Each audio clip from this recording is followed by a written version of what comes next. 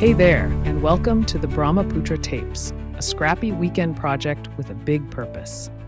This podcast shines a light on the lesser-known stories from the turbulent 200-year history of the Assam Valley, spanning from the mid-1700s to the mid-1900s. This conversational podcast is an effort to share these fascinating events and protagonists with a wider audience.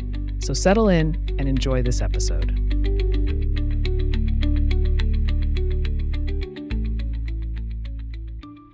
Welcome to the Deep Dive. We sift through the noise to bring you, well, the really fascinating stuff. And this week we've got a story you sent us about how language and culture get shaped in ways you might not expect. Absolutely.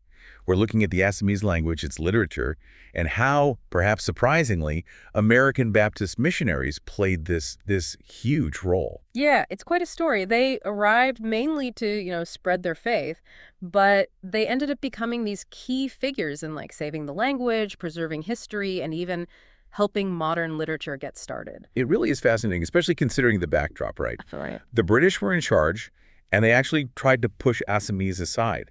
They made Bengali the official court language in 1836. Right, so that's the context. The language was under threat. And then these missionaries come in, focused on their own goals, but they somehow counteract that. So our mission today is... Well, it wasn't really a jump, more direct consequence. If you want to reach people, you need to speak their language. Simple as that, really. Right. Communication 101. Exactly. And that need drove them to do some pretty fundamental things. The biggest one, setting up the very first printing press in Assam. The first one, okay, that's huge. If you want people reading your stuff, you need to print it in their language. Precisely. So they started printing. What kind of things initially? Primers? Religious texts? Yeah, primers were key, obviously, to teach people to read the scriptures they were translating, but also, and this is crucial, dictionaries. Dictionaries, defining the language. You got it. Nathan Brown's Grammatical Notices of the Assamese Language in 1848, Miles Bronson's Dictionary in Assamese and English in 1867. These were foundational, and they weren't just lists of words. They were standardizing things, choosing which spellings, which grammar points. Which basically pushed back against that whole colonial idea that Assamese was just, a dialect of Bengali. Exactly. These works implicitly argue, no, this is a distinct language with its own structure. It was a powerful statement, even if maybe not their primary intent initially. So these dictionaries were doing real political work in a sense. And wasn't there a magazine involved too? Oh, absolutely. The Oronodoy started in 1846. Oronodoy. Okay, Yeah. this was the first ever Assamese periodical, and it got pretty popular, something like 700 subscribers by 1867, which was quite a lot back then. Wow. And what was in it?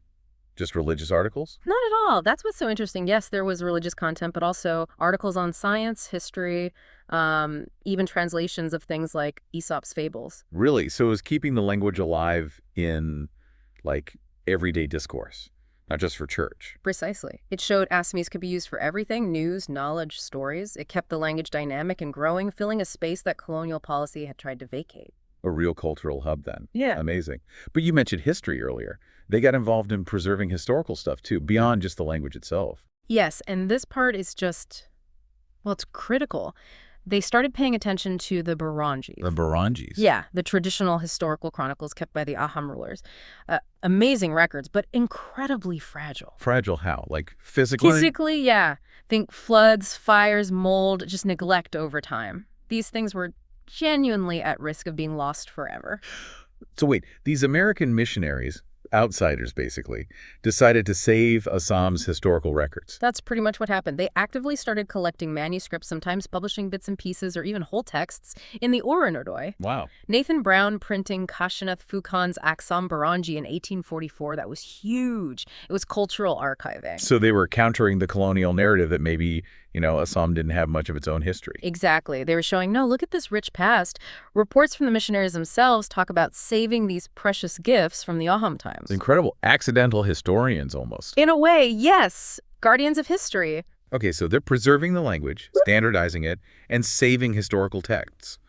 What did all this printing and activity do for, modern Assamese literature? Well, the printing press itself was revolutionary, wasn't it? It brought in new forms, New forms, like what? like essays, editorials, prose styles that weren't the main focus of older Assamese traditions. Things that encourage argument, analysis, public discussion. Ah, okay. More modern ways of writing and thinking. Right.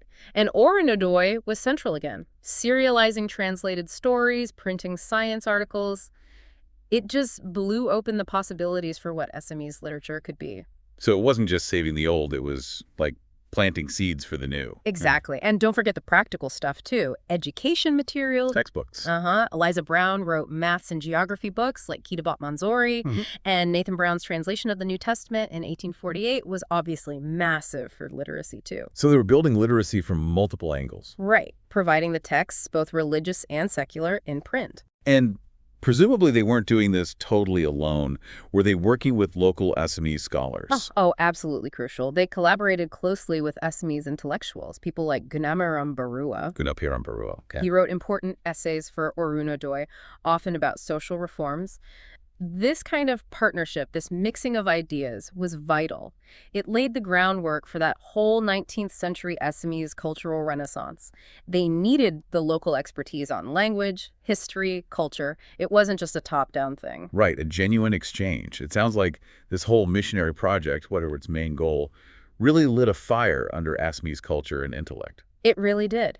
Which brings us to that kind of fascinating, maybe unexpected link to Assamese nationalism. Yeah, how did that happen? How does missionary work end up boosting nationalism? Oh, think about what we've discussed. Scholars argue their press became this essential tool for modernity. A tool for modernity. How so? By standardizing the script and grammar, by creating this widely read platform, Oronodoy, for Assamese voices, history, culture, they gave the Assamese elites the actual tools they needed to push back against Bengali dominance. Oh, okay.